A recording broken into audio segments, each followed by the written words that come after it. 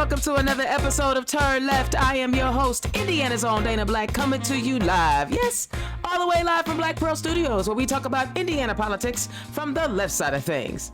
Well, it ain't really live today, and we ain't really in Black Pearl Studios. Y'all, the job had me come up to Chicago, so we're doing this remote, and because I don't have my beautiful fiber that I have in my studio, which means the up speeds and the down speeds are so beautifully timed, I'm on Wi-Fi. So that means I can only do either the Zoom or the stream. And streaming with no guests is no good. So you're getting a recording. Don't worry, it's still going to be good information for you to share about some amazing candidates. And, oh my goodness, how excited are you? Early voting started yesterday. Have you made your plan? Are you engaged yet? Have you figured out what you are going to go do to cast your vote this election cycle? Well, I got to tell y'all something.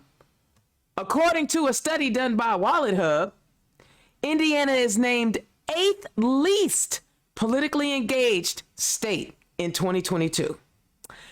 With election day coming up and only 66.8% of the voting age population having voted in the 2020 presidential election, and only 53.4% in the 2018 midterm, the personal finance website Wallet Hub released its report on 2022's most and least politically engaged states. In order to determine where Americans are most involved in politics, Wallet Hub compared the 50 states based on 10 key indicators of political engagement. They range from the percentage of registered voters in the 2020 presidential election to total political contributions per adult population. So where does Indiana rank on all of these, data points? Well, we're 37th in the nation of registered voters in the 2020 presidential election. We're 42nd of the electorate who voted in the 2018 midterms. We're 45th who voted in the 2020 presidential election. 32nd in of electorate who actually voted. It's one thing to be registered, but then you got to get to the polls. 43rd in total political contributions per adult, and 34th in voter accessibility policy. See, y'all, the reason why we have the State House in the disarray that it is in right now is because we don't show up to the polls. We don't go vote. And when we don't vote, they win. We want to change these numbers. Destiny Wells has been saying it the whole time. We're not a red state. We're a purple state with a turnout problem. We all need to get to the polls. Why are we ranked 8th from the bottom? We can do better than that, y'all. Have you ever noticed that Indiana ranks at the top of all the bad categories and ranks at the bottom of all the good categories? We have to do better, y'all. This one's on us. Now, the accessibility is definitely an issue. But it is on us. This is our issue. It ain't policies. It ain't, there are some issues, like I said, accessibility. But if you're not registered to vote, that's a problem. And if you're registered to vote and you don't go vote, that's a problem. And if there's any clowns out there, talking about my vote don't count, smack them. Don't hit them. I'm non-violent. Just smack them over the head with some knowledge and tell them, well, if my vote didn't count, they wouldn't work so hard to keep me from it. That's how you tell them. They wouldn't try to take it away from me if they didn't want me to vote. So y'all get to the polls, because when you don't go to the polls, they pass legislation like, banning reproductive health access. PBS NewsHour reports, let me read this over here to you. The Indiana Supreme Court issued an order Wednesday that prevents the state from enforcing a Republican-backed abortion ban while it considers whether the ban violates the state's constitution. The court said in the order that it was taking over appeals of a judge's decisions last month that blocked the law a week after it took effect. It denied a request from the state's general's office to set aside the preliminary injunction and scheduled a hearing of the lawsuit filed by the abortion clinic operators for January 12th. So the Supreme Court is going to hear the lawsuit January 12th. Owen County Judge Kelsey Hanlon blocked the law from being enforced, writing that there is reasonable likelihood that this significant restriction of personal autonomy offends the liberties guaranteed of the Indiana Constitution. Now, of course, you know, they passed this law, and it has less to do about abortion, because you see they running around supporting Herschel Walker. They tripping over themselves trying to get to Georgia to defend Herschel Walker, right? It was never about abortion, y'all. It's about control. Mm-hmm. It's about control. But when we don't show up to the polls, they pass crap legislation like that. But we can fix it. We can change it. And it's up to us to do that. And you got to know who to vote for. Y'all, check peep game. I have two amazing guests on the show. I want to send two more women to our state house, because we are well underrepresented. We're less than 30% of the elected officials in that state house, and we're over 51% of the population. That means we are underrepresented in the state house. I'm not a mathematician. I'm not a scientist, but I know simple things. Y'all, first up, she is a returning guest, running in a newly drawn district up north, holding it down. My friend, Dee Moore, running for House District 22. Dee, welcome to the show. It's wonderful to be with you again, Dana. I'm so glad you're here. You represent all of us. It's wonderful. I love it. And making her debut on Turn Left, coming to us. I'm not even sure where District 24 is. You want to know? It is. Oh, hold on. Running for House District 24, Joey Mayer. Joey, welcome to the show. Now tell us where it is. Thank you. Thrilled to be here. So tell us, where is 24? Well, like the other districts, 24 was redrawn.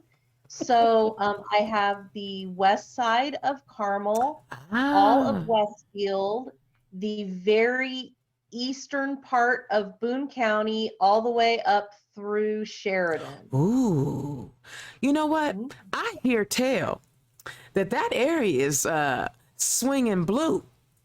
I hear that there's some opportunities up there. There is. Yeah. Hamilton County, I believe there may be a suburban sweep. There are a lot of people that are opening up their eyes to the fact that there's some strong government overreach from the party that says they're for smaller government. Right. Well, you know what? Hopefully what we can do is inspire people to donate to your campaign. And both of these candidates are on Act Blue. Just type their names in the Act Blue page and you can donate. But you know what? Joey, you've never run for office before, right? Is this it's your first time? Well, tell the people who you are and where you come from. Sure. My name's Joey Mayer. I was born and raised in Fort Wayne. When I went away to college, I went to IU down in Bloomington. And at that time, my mom got a new job and moved to Indianapolis. So on breaks, I would come back to stay with her here. So I kind of settled in this area. I moved to Westfield 21 years ago. So I've lived in the district for 21 years. Got married, raising a daughter here who's in high school now. And I'm an only child, so I'm used to talking a lot. So, I've got that. Yeah. We got that in common. I got that part of politicking down. Check. So what got you, so were you engaged in high school or school politics at all? No.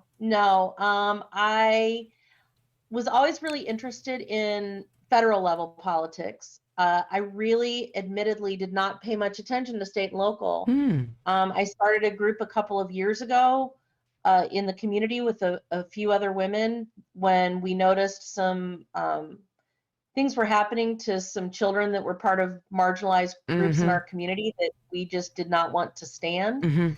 So that made me pay close attention to especially the last session in January. This was even before SB1 was on the table, Mm-hmm. and was not a fan of what I saw.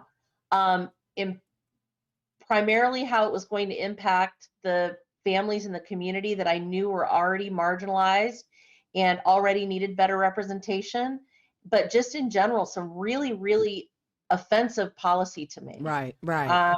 So I called the party and I said, "Who is running against this woman? Because she needs to go. I'll do whatever I can to help them win." And they said, "We've not convinced anyone to step forward. Why don't you do it?" And I said, "No, thank you. No, thank you."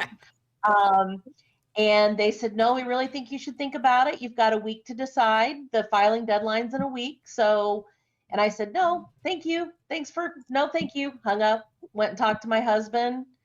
And I said, "Can you believe that they asked me to do this?" And he's like, "Yeah, I've Right, lived with you a long time. right. I know what's going to happen. The next 2 years, you're going to make your daughter and I miserable, storming and yelling and griping around this house and change nothing.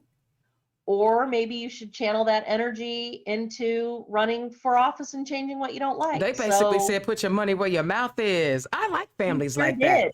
He sure did. And here I am. Well, and so were you nervous at all? Well, that's kind of the double-edged sword of not having a very long time to decide with a filing deadline a week away. Mm-hmm. And honestly, the thing that did it is I've been pretty focused because of my involvement in the school district. I've been fairly focused on flipping the school board. That was really my goal. I was not going to run. I wanted to support people that wanted to run that I thought were a good fit for that job. And so when he told me to do this, I said, "Well, you know what? I can't make a decision that fast. How about, in 2 years, I'll look at this again," Right, because I was going to, right. just push it off and Mm-hmm. then not do it. Mm-hmm. And he said, "Well," he said, "here is what we need to think about." He said, "You're already so nervous and upset about things that they're trying to pass legislatively at the state house.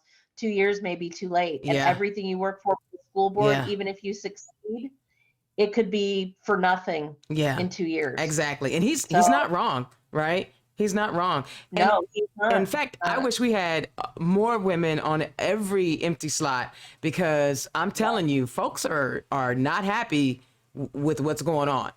Let me bring No. Dee in real quick. Dee, how you been? Tell the people about what you've been up to. We've been farming, It's been 4 years since I ran and got Chad to run 2 years ago. That was great. So I thought someone else would step up, We waited and waited because I know people like younger people than me, but man, there was a snowstorm coming and Stan says, "Dee, if you'll run for office, I'll be your treasurer again." And so we went to Indy and signed up, And it's just, the water just keeps getting stickier and gummier and more messed up. And you have to take a soap shower now. I'm like, what? They're going to overturn Roe. The wealth income disparity just keeps getting bigger. And yet they're blaming people's wages on the inflation. Are you kidding me? And it's just so blatant in our face that to keep from exploding, I had to, run for office and say these things out loud. Wow. So where is District 22 so folks can know? Okay, well, District 22 is new. They airlifted my old 18 to an entirely new location, not one person, not one address in it anymore. It's somewhere else. And no one's running in that district now. But we have moved into all of Kosciuszko County except for where Lake Wawasee is, 2 townships up there. And then 1 township in Wabash County where the little town of Laketon is, where we just had a nice swim party last week, except Okay. too cold to swim. But anyway, it's very rural. The biggest area is Warsaw Winona Lake. So it's where Kurt Knisley was, who always was against abortion, but he got beat out by Craig Snow, who was also against Right. abortion. And, you get contacted by people saying, don't you want to have term limits? This would solve all our problems. And I say, well, there was a guy that I ran against who was in there over 30 years. And then we get Craig Snow in for 2 years. And he's already got $500,000. So it's not about just term limits. It's about, the dark money and Citizens United. Oh, yeah. It's about when they've got money like that, Right. all you can do is use your still small voice. I mean, let it out there, because, honey, he's not for the women. He's not for childcare. He's not for children. He's not for the water. He's just for, we're going to do away with all taxes and pretty much be libertarian is where he's coming from. I And guess. see, and that I don't even understand that notion. And Joey, we were talking about finances before we got started, right? How do you pave roads without money? Are we going to or how do you? We don't. Right. We don't. These people killed me talking about, I want